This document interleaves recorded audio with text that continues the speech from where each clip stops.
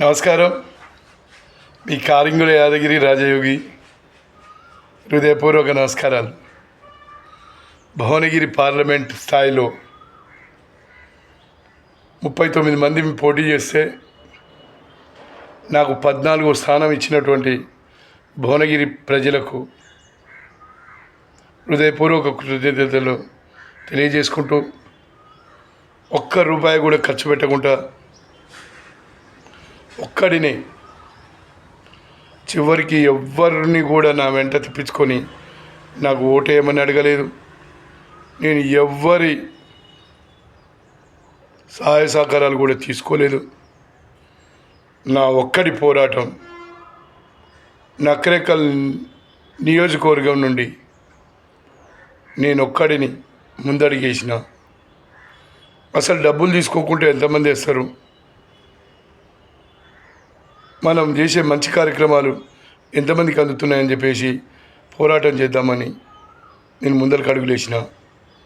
నకరేకల్లో అనేక పోరాటాలు చేసిన. నేను తాటికల్ నుంచి నల్గొండ వరకు రోడ్డు కానప్పుడు 1000 వినతి పత్రాలు ఇచ్చినాం.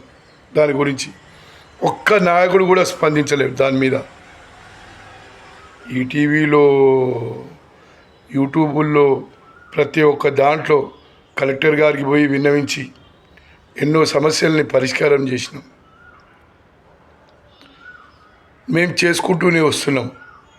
ఈ సందర్భంలో భారత పార్లమెంట్, భువనగిరి పార్లమెంట్ అభ్యర్థిగా పోటీ చేయాలని ఒక తలంపు వచ్చింది. నేను పోటీకి సిద్ధమై ముందరకు వచ్చిన తర్వాత పోటీ చేసినాక కూడా ఎందరో రండి, మీకేం కావాలనో మేము డబ్బులు ఇస్తాం, తీసుకొని పోండి అని చెప్పేసానంటే కూడా తిరస్కరించేసినాం. మనం డబ్బుల కోసం మనం రాజకీయాలు చేయటం కాదు, ప్రజా సమస్యల్ని పరిష్కరించాలనే ఉద్దేశం మీద మనం మీ ముందరికి వచ్చినాం. అందుకనే ఎవరెన్ని ప్రలోభాలు పెట్టినా వాటిని తిరస్కరించిన సున్నితంగా మీ ముందరికి వచ్చినాం. ఇబ్రహీంపట్నం నుంచి ఆ నియోజకవర్గ ప్రజలు, నా మిత్రులు, శ్రేయభిలాషులు, నేను మిమ్మల్ని కలవలేకపోయినా అయినా కూడా 348 ఓట్లు వేసారు నా యొక్క సోషల్ యాక్టివిటీస్కి. మునుగోడు ప్రజల్ని కూడా నేను కలవలేకపోయినా 231 ఓట్లు మునుగోడు నియోజకవర్గం నుంచి వచ్చినాయి. భువనగిరి నుంచి నేను ప్రజల్ని కూడా కలవలేకపోయినా 229 ఓట్లు భువనగిరి నియోజకవర్గం నుంచి వచ్చినాయి. నిత్యం తుంగతుర్తి నియోజకవర్గం నుంచి 379 ఓట్లు వేసారు. మిత్రులారా, శ్రేయభిలాషులారా, మీకు నమస్కారం. ఆలేరు నుంచి 399 ఓట్లు వేసారు. మీకు కూడా హృదయపూర్వక నమస్కారాలు. జనగాం నుంచి 742 ఓట్లు వేసారు. ఈ అన్ని నియోజకవర్గాలలో నకరేకల్ నియోజకవర్గం 279 ఓట్లు వేసారు. మీకు మంచినీళ్ళు కావాలని అడిగింది నేను, మీకు రోడ్లు కావాలని అడిగింది నేను, మీకు మంచి వసతులు కావాలని అడిగింది నేను, మిమ్మల్ని చైతన్యం చేసేటందుకు తిరిగింది నేను, మీ తరపున నేను పోరాటం చేసింది నేను. మీకు ఎందుకంటే కళ్ళ కుట్ర, మీకు ఓటేసేందుకు కూడా మీకు చేతులు రాలేదు. మీకు మీ దౌర్భాగ్యానికి మనం ఏం చేస్తాం, మీ దరిద్రానికి మనం ఏం చేస్తాం? ఓటేసి నన్ను భారత పార్లమెంట్లోకి పంపించినట్లయితే నకరేకల్లో అన్నపూర్ణ క్యాంటీన్ ఇప్పుడు ఈరోజు గెలిచినట్టుంటే నకరేకల్లో అన్నపూర్ణ క్యాంటీన్ను నేను ప్రారంభించేటోని. ప్రతి గ్రామానికి నేను 1000 పళ్ళ చెట్లను ఇచ్చేటందుకు కృషి చేసేటోని. నకరేకల్కు రైలు తీసుకొస్తానా, రైలు తీసుకొచ్చేటోని. మీకు కావాల్సిన అప్పులు లేని భారతదేశాన్ని నిర్మించేటందుకు భారత ప్రధానికి రిప్రజెంటేషన్ ఇచ్చి నేను అప్పులు లేని భారతదేశం తీసుకొచ్చేటందుకు కృషి చేస్తోంది. కానీ ఇక్కడ మేము పోలేకపోయినా డబ్బులకు అమ్ముడుపోయారు జనాలు చాలా వరకు కూడా. ఒక పార్టీ అభ్యర్థి నియోజకవర్గానికి 4 కోట్ల రూపాయలు పంపించి ప్రతి ఓటరుకు 500, 300, 1000 రూపాయలు ముట్ట చెప్పేసి కూలోళ్ళ లెక్క ఈ పార్టీ కార్యకర్తలను పెట్టుకొని వాళ్ళ మా దాంట్లో మాకే డబ్బులు పంచిపిచ్చేసి ప్రజలతోటి ఓట్లు వేయించుకొని లీడర్లు అయినంత మాత్రాన మీరేమి ఎంపీలు కాదు, మీరేమి ఎమ్మెల్యేలు కాదు, మీరేం నిజమైన ప్రజా నాయకులు కాదని చెప్పేసి మేము తెలియజేసుకుంటున్నాను. ఇక్కడ 2607 ఓట్లు నాకు పోలైనవి. అది ఎక్కడో మధ్యన ఉంది నా 26 గుర్తు. అటు ఈవీఎము ఇటు ఈవీఎము మధ్యన 26 నెంబరు. అసలు ఆ నెంబర్ చూడాలంటేనే చాలా చాలా చాలా చాలా చాలా అరుదు. దాని మీదకి పోవాలంటే మన మీద అభిమానం ఉన్నవాళ్ళు, మన మీద ప్రేమ ఉన్నవాళ్ళు, మనం అంటే సేవ చేస్తామనే నమ్మకం ఉన్నవాళ్ళు మాత్రమే పోయి నొక్కగలుగుతారు. అలాంటిది జనగం ప్రజలు నేను కలవలేకపోయినా మిమ్మల్ని క్షమించండి, మన్నించండి. అయినా మీరు 742 ఓట్లు నాకేసి గౌరవించారు. నా నియోజకవర్గ ప్రజలు నాకు ఇక్కడ 279 ఓట్లు వేసినా కూడా మీరు 742 ఓట్లు వేసి నన్ను అత్యధికంగా గౌరవించారు. తర్వాత ఆలేరు ప్రజలు కూడా 399 ఓట్లు నాకేసి నన్ను గౌరవించారు. తర్వాత తుంగతుర్తి ప్రజలు నాకు 379 ఓట్లు వేసి నన్ను గౌరవించారు. ఇబ్రహీంపట్నం ప్రజలు కూడా నాకు 348 ఓట్లు వేసి నన్ను గౌరవించారు. తర్వాత మునుగోడు ప్రజలు మాత్రం 231 ఓట్లు వేసి నన్ను గౌరవించారు. భువనగిరి ప్రజలు 229 ఓట్లు వేసి నన్ను గౌరవించారు. 279 ఓట్లు వేసి నకరికల్ ప్రజలు నన్ను గౌరవించారు. మీ అందరికీ పేరు పేరున హృదయపూర్వక నమస్కారాలు. మా వాళ్ళే, మా చుట్టూ ఉండేటోళ్ళే, నా స్నేహితులే, నా మిత్రువులే, నా బంధువులే, నా అమ్మటి ఉండేటోళ్ళే నాకు ఓట్లు వేయకుండా అవమానం చేసిరని కూడా దీంట్లో సందేహమే లేదని చెప్పేసి నేను మీ అందరికీ తెలియజేసుకుంటున్నాను. మిత్రులారా, ఎవరిని మనం అధికంగా నమ్మొద్దు, ఎవరితోటి అధికంగా ఫ్రెండ్షిప్లు చేయొద్దు. మిత్రులారా, క్లాస్మేట్స్ మనకు అందరూ కూడా ఉపయోగపడతారనుకోవడం దౌర్భాగ్యమైనటువంటి విషయం.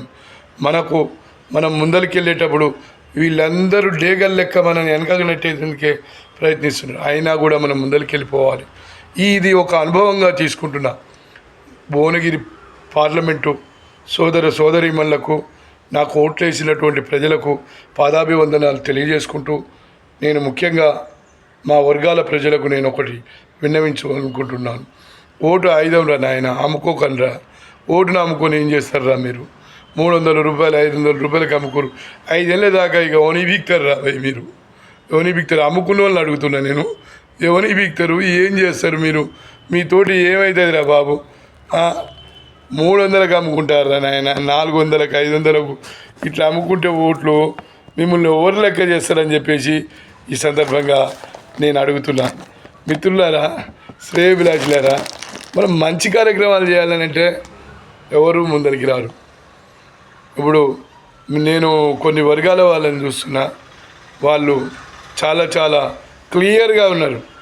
రెడ్డిలందరికీ నా నమస్కారాలు. మీరు నాకు ఓట్లు వేయకున్నా కూడా మీ ఐక్యమత్యం చూస్తే నాకు ఆశ్చర్యం వేస్తుంది. మిమ్మల్నే నేను మార్గదర్శకంగా తీసుకొని నేను ముందరికి వెళ్ళాలనుకుంటున్నా. చైతన్యం లేనటువంటి మా ముదిరాజులను కూడా చైతన్యం చేయాలనుకుంటున్నా. అరే బాబు ముదిరాజులు, మీరు ఆ రెడ్డిలను చూడండి రా బాబు, రెడ్డిలను చూడండి. అన్ని పార్టీలలో వాళ్ళే ఉంటారు, వాళ్ళ ఓటు వాళ్ళే వేసుకుంటారు.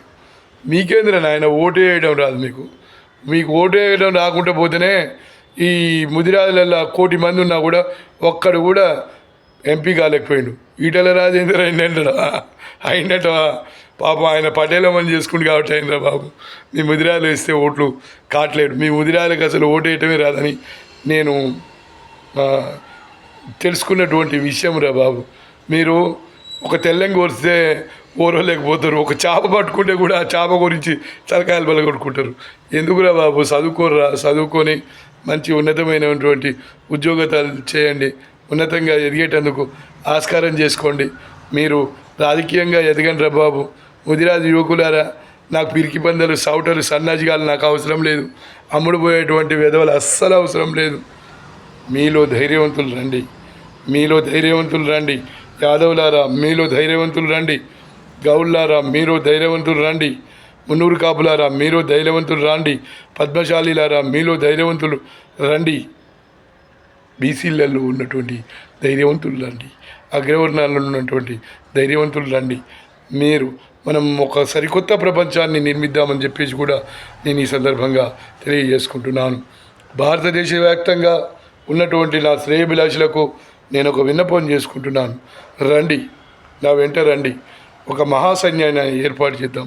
ఆ సైన్యంతో భారత రాజకీయాలలో ఒక సమిష్టి మార్పును తీసుకొద్దామని చెప్పేసి ఈ సందర్భంగా మీకు తెలియజేసుకుంటున్నాను. మనం ఒక జాతీయ పార్టీని నెలకొల్పుదాం.